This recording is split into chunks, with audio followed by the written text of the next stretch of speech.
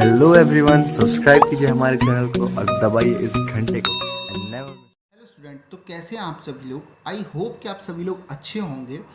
अब हमने जो इससे पहले की जो वीडियो हैं, यानी कि बैंकिंग का पार्ट सेकंड जो हमने पढ़ा, उस पार्ट सेकंड में हमने जो पढ़ लिया वो हमने पढ़ा था क्रेडिट मल्टीप्लायर क्या होता है। क्रेडिट मल्टीप्लायर क्या होता है, जिसे हम के बोलते हैं, के से डिनोट करते हैं। क्रेडिट मल्टीप्लायर क्या होता है, इंडिया के अंदर रिजर्व रिक्वायरमेंट जिसे हम सीआरआर बोलते हैं, उसके बारे में पढ़ा।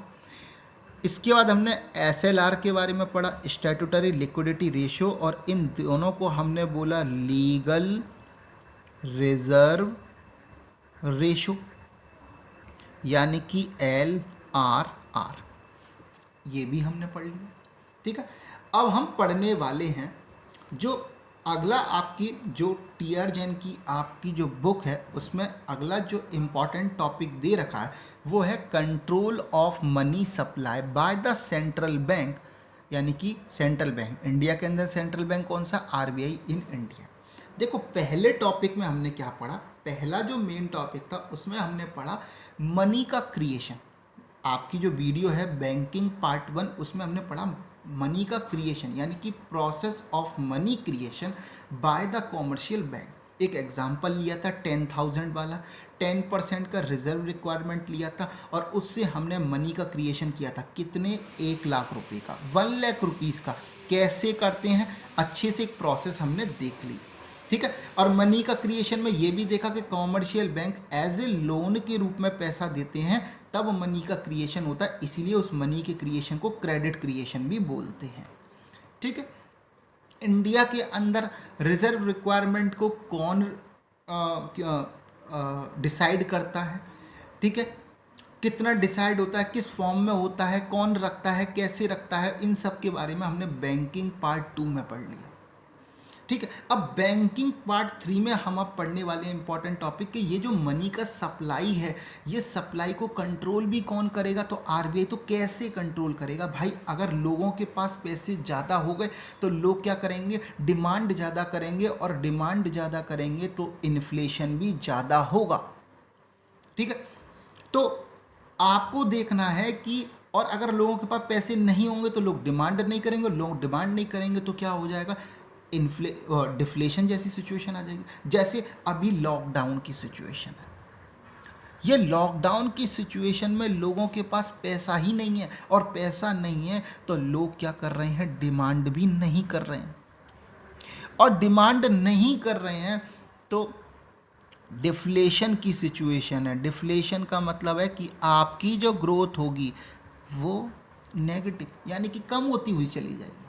ठीक है, तो मनी भाई, इन्फ्लेशन भी क्या है, आप देखो, ग्रोथ अगर करनी है तो उसमें इन्फ्लेशन भी बहुत, अगर ज़्यादा इन्फ्लेशन होगा वो भी अच्छी बात नहीं है, और डिफ्लेशन होगा वो भी अच्छी बात नहीं है।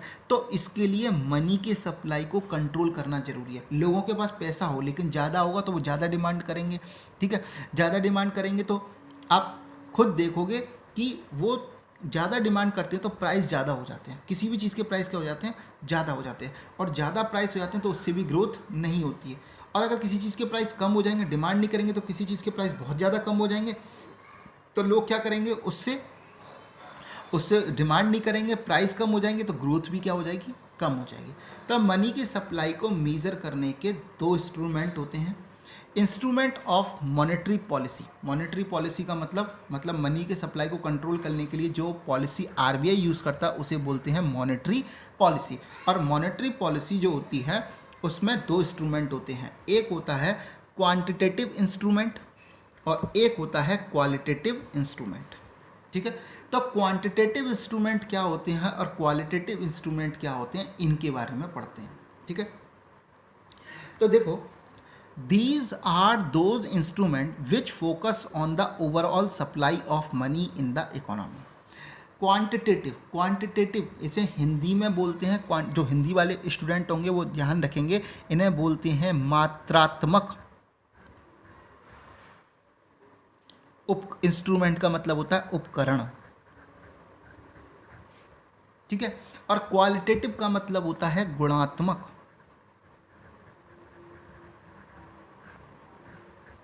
उपकरण।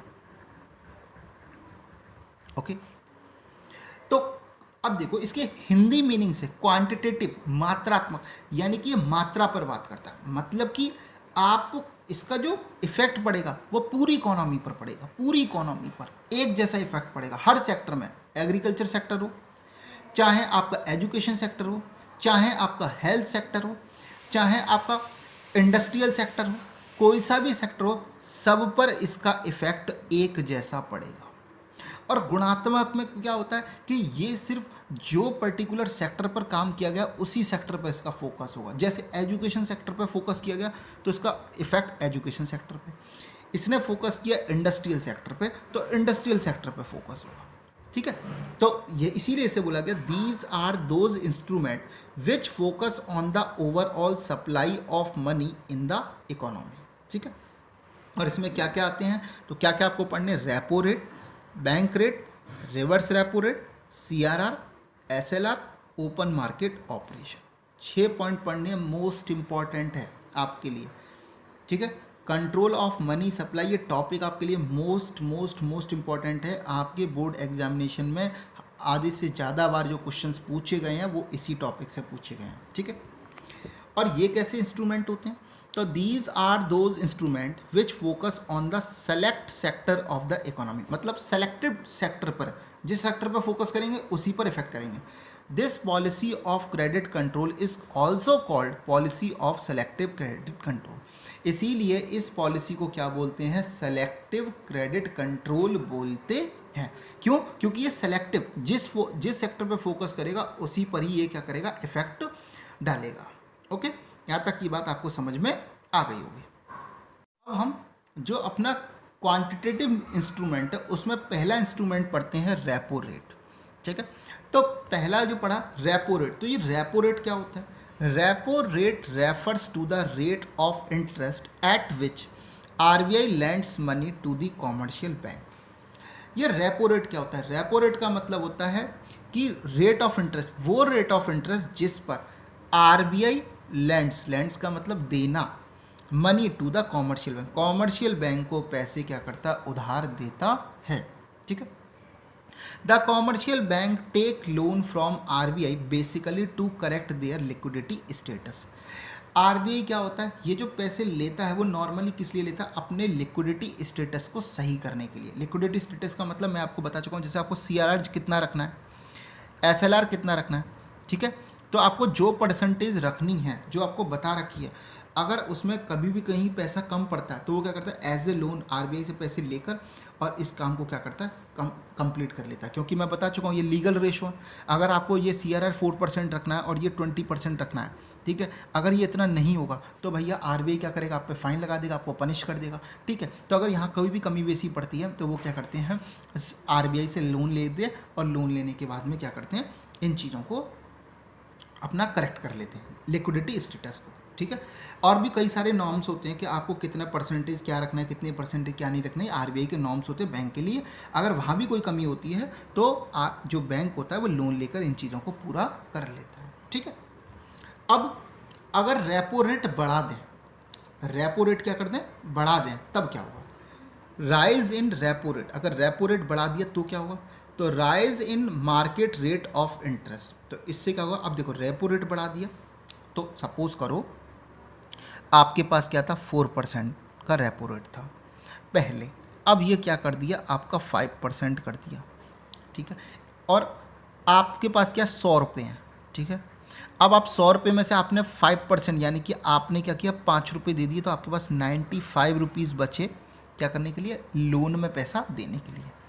पहले 4% था तो कितने बचते, 96 रुपीज़ बचते लोन में देने के लिए।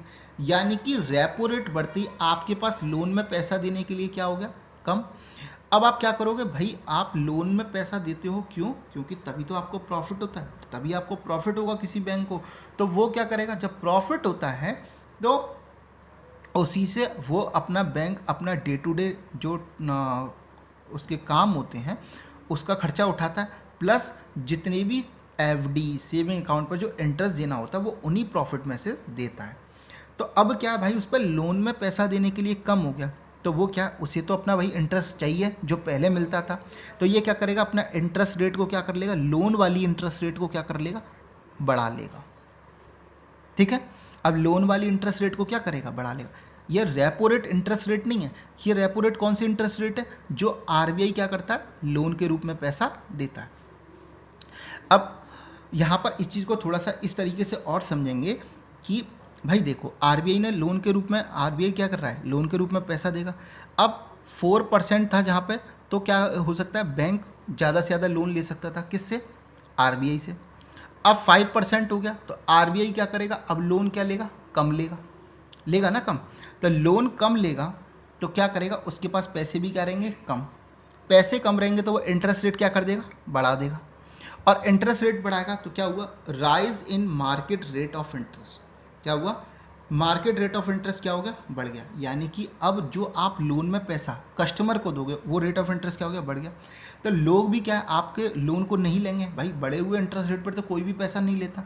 तो उससे क्या होगा कि जब वो लोन में पैसा लेंगे नहीं कस्टमर, तो वो डिमांड करेंगे नहीं। तो क्या हुआ, fall in demand for credit by the investors and house hold. मतलब कि क्या होगा, क्रेडिट यानी कि लोन के रूप में पैसा ना तो इन्वेस्टर्स लेंगे, इन्वेस्टर्स का मतलब जो प्रोडक्शन करते हैं, और ना कोई भी हाउस होल्ड जो है वो डिमांड करेगा। ठीक है, तो इससे क्या होगा, fall in consumption and investment expenditure. तो क्या होगा, जब वो लोन के रूप में पैसा लेंगे नहीं तो वो क्या करेंगे, खर्चा करेंगे नहीं। तो fall in consumption expenditure and investment expenditure. क्यों भाई, हाउस होल्ड क्या करता है, कंजम्पशन एक्सपेंडिचर करता है, अपने खाने पीने पर, अपने मकान वगैरह खरीदने पर जो खर्चा करता है उसे क्या बोलते हैं, कंजम्पशन एक्सपेंडिचर। इन्वेस्टमेंट एक्सपेंडिचर क्या करते हैं कि कोई भी जो प्रोड्यूसर होता है वो कोई भी नई फैक्ट्री लगाएगा, कोई नया कुछ भी कहना चाहिए, कोई नया प्रोडक्ट लेकर आ रहा है, तो वो उसके लिए क्या होता है, इन्वेस्टमेंट एक्सपेंडिचर होता है। वो हो सकता है मशीन कोई नई खरीद के ला रहा हो, वो उसके लिए क्या होता है, इन्वेस्टमेंट एक्सपेंडिचर। तो उस पर भी क्या करेगा, खर्चा कम करेगा। जब खर्चे कम होंगे तो fall in demand for goods and services in the economy. तो क्या होगा, गुड्स और सर्विसेज की डिमांड भी क्या हो जाएगी, कम। एक तो हाउस होल्ड भी डिमांड नहीं कर रहे, और दूसरा जो प्रोड्यूसर थे वो भी इन्वेस्टमेंट एक्सपेंडिचर कम कर रहे हैं। भाई रॉ मटेरियल खरीदते थे, मशीन वगैरह खरीदते थे, नया कोई प्लांट लगाते थे, तो उन सब में जो सामान चाहिए वो अब नहीं खरीद रहे। तो क्या हुआ, fall in demand for goods and services in the economy.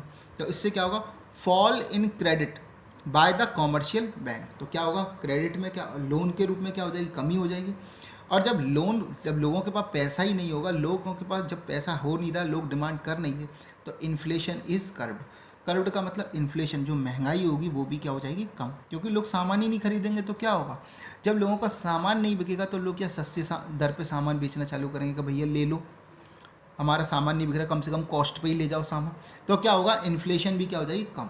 तो हमने ये समझा कि अगर रेपो रेट बढ़ती है तो बैंक के पास लोन के रूप में पैसा देने के लिए क्या हो जाएगा, कम। क्योंकि बैंक आरबीआई से भी पैसे कम लेगा, क्योंकि इंटरेस्ट रेट क्या है, ज़्यादा। तो बैंक भी इंटरेस्ट लोन के रूप में पैसा कम लेगा। लोन के रूप में पैसा कम लेगा तो उसे क्या करना पड़ेगा, कस्टमर को अगर पैसा देना है तो इंटरेस्ट रेट को क्या करना पड़ेगा, बढ़ाना पड़ेगा, क्योंकि उसके खर्चे तो पहले ही हैं, जितने पहले थे वो उतने अभी हैं। लोन के रूप में जब इंटरेस्ट रेट बढ़ाएगा तो ना तो इन्वेस्टर्स लोन लेगा, ना कोई हाउस होल्ड लोन लेगा, दोनों में से कोई नहीं लेगा। कंजम्पशन एक्सपेंडिचर कम हो जाएगा, डिमांड कम करेंगे, डिमांड कम करेंगे तो क्या हो जाएगा, इन्फ्लेशन क्या हो जाएगी, कर्व्ड हो जाएगी। ठीक है, सेम इसका वाइस वर्सा होगा। वो क्या है, फॉल इन रेपो रेट। अगर रेपो रेट में कमी आती है तो fall in market rate of interest. भाई अब क्या है, आरबीआई बैंक को ज़्यादा लोन दे सकता है। बैंक क्या करेगा, ज़्यादा लोन ले सकता है, क्योंकि इंटरेस्ट रेट क्या है, कम।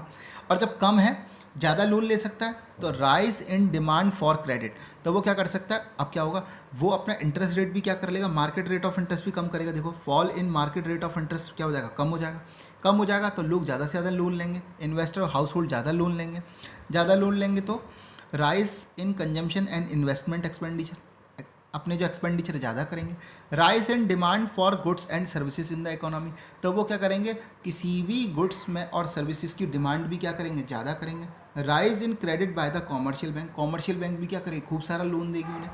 तो क्या हो जाएगा, डिफ्लेशन इज कट।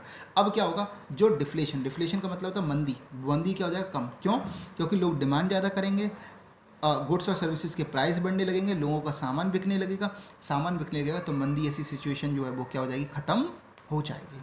ठीक है, तो ये होता है आपके रेपो रेट, यानी कि अभी हमने पहला इंस्ट्रूमेंट पढ़ा रेपो रेट। तो रेपो रेट का यूज़ करके आप कैसे पूरे इकोनॉमी पर इफेक्ट होता है ये चीज़ आपने देखा। इंपॉर्टेंट है क्योंकि आपसे पूछता है ये आपके बोर्ड के एग्जामिनेशन के what is the repo rate and explain the impact of repo rate on the economy. ठीक है, ये आपका 3 या 4 मार्क्स में क्वेश्चन पूछा जाता है। वहाँ पर आपको क्या करना पड़ेगा, डेफिनेशन लिखनी पड़ेगी, इस तरीके से डायग्राम बना के चीज़ों को समझाना पड़ेगा, तभी आपका काम सॉल्व हो पाएगा। ठीक है, तो आई होप कि आपको यहाँ तक की चीज़ें समझ में आ गई होंगी।